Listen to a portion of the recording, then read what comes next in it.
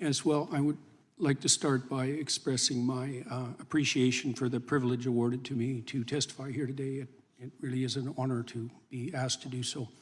I'm not here to talk about January 6th or about any particular threat, insurrection, or protest, political or ideological, real or imaginary. I'm here to talk about the already extant and expanding collusion of government and corporation in restricting the individual freedom and autonomy upon which the productive, generous, and stable economy and state are themselves necessarily founded. I'll begin my comments, therefore, in the most general terms to shed light on the mounting problem. There are now 700 million CCTVs in China under the rule of the Communist Party. The system to which those electronic eyes are attached is the most complete state apparatus of surveillance yet imagined, with the ability not only to recognize faces at a distance, but gait itself when facial features are hidden or obscured. Such capability can and will soon be augmented to the point where the movement of eyes themselves, monitored by high-resolution and intelligent cameras, will soon be sufficient to identify any aware and active party.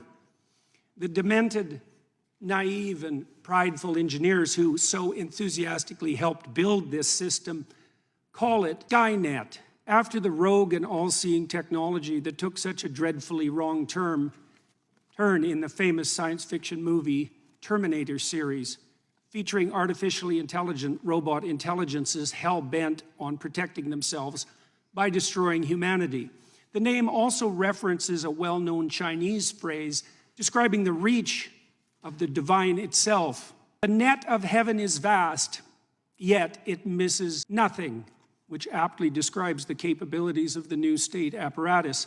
The system is integrated with the so-called Chinese social credit system, which awards its involuntary participants with a score indicating their compliance with the dictates of the Chinese Communist Party, allowing for full control over access to everything they possess electronically. Most ominously, their savings and their access to travel, certainly all modern means of travel, but increasingly as the electronic gates come up, even by walking. If you're Chinese or a visitor, your access to the world can be reduced to zero if your social credit score falls beyond an arbitrary minimum. This allows you purposefully to be shut out of all activities that can be virtualized. And in a rapidly virtualizing world, this increasingly means all activities: driving, shopping, working, eating, finding shelter, even fraternizing with friends and family, as merely being in the presence of someone with a low social credit score means that your own score can be lowered. This has also opened up the opportunity for the government to extract slave-like labor from its citizens, so burdened, as the donation of free work to the state still constitute one means by which erring Chinese men and women can increase their score and remain part of human society.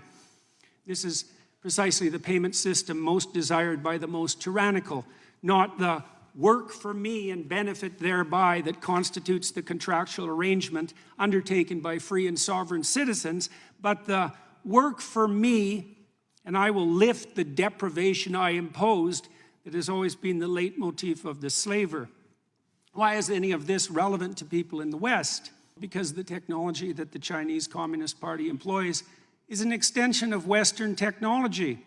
Because we already fell prey to the terrible temptation of lockdown employed by that state in the face of hypothetical crisis once and in the very recent past, because we're walking step by step in the same direction, partly because of the hypothetical convenience of universal and automatic recognition of identity, and partly because any problem whatsoever that now confronts us can easily be used to justify the increasing reach of the security and nanny state. It is said that Stone Age people, first confronted with cameras and their resultant photographs by modern anthropologists, objected to having their images captured as they feared the captivity of their souls. It turns out that such fear was prescient. The images that we leave behind while navigating virtual space are such close duplicates of our actual selves that the capture of our essence is at this point all but guaranteed. We all now have our doppelgangers. We all live so much in the virtual world in consequence of our purchasing habits and modes of electronically mediated communication that our very selves have become reducible to a frightening degree to data, the modern equivalent of our footprint, with the same data making up an image of our identity, which can be and is increasingly bought and sold by the invisible corporate brokers that still mostly use it to sell us what we so desperately and carelessly and conveniently want, but can also be used to track, monitor, and punish everything we do and say. Behavioral scientists facilitate this process with their reprehensible nudging, the practice of pushing people in a given ideologically determined direction by manipulating invisible incentives behind the scene. Corporations track purchasing decisions, developing algorithms that with increasing accuracy track our patterns of attention and action, allowing for the prediction of what might next be most enticing, doing so not only to offer us what we want, but to determine and shape what we need. Governments can and are colluding with these corporate agents to develop a picture not only of our actions, but of our thoughts and words, so that deviation from the desired end can be mapped, rewarded, and punished. The development of a digital identity and currency is nothing more than the likely end consequence of such inclinations, and the combination of both can and will facilitate the development of a surveillance state, the scope of which optimistic pessimists of totalitarianism such as George Orwell could scarcely imagine. The new AI systems, which are so rapidly emerging, do nothing but increase this danger, providing for the possibility of a super surveillance whose scope exceeds anything that mere unaugmented humans could imagine, while also making it certain that even the perceptions that in the real world shape our attitudes, conduct, and personality can be manipulated to the degree that we will not even be able to see a reality outside which that has been constructed by the superstate.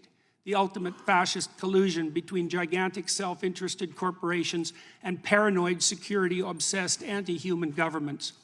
We're already selling our souls to the superstate for the purposes of immediate gratification, while being enticed to do so by Mr. Chairman, could the witness be asked to summarize, please? Do I have my 5 minutes, or do I not? Yeah. You've gone over 5 Oh, minutes. I'm sorry. I can certainly. If the witness could summarize, we're always a little lenient with the time. If you could summarize. I'll in take a few 10 more seconds. seconds. Sure.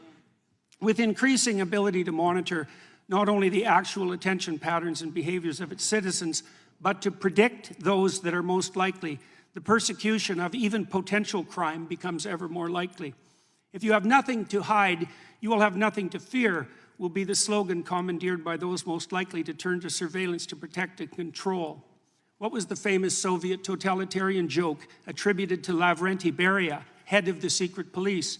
Show me the man and I'll show you the crime. Those words were true enough in the time of Stalin's KGB, and the police were secret enough then as well. But that's nothing compared to what we can and likely will produce now. A police so secret that we will not even be able to detect their comprehensive and subtle activity.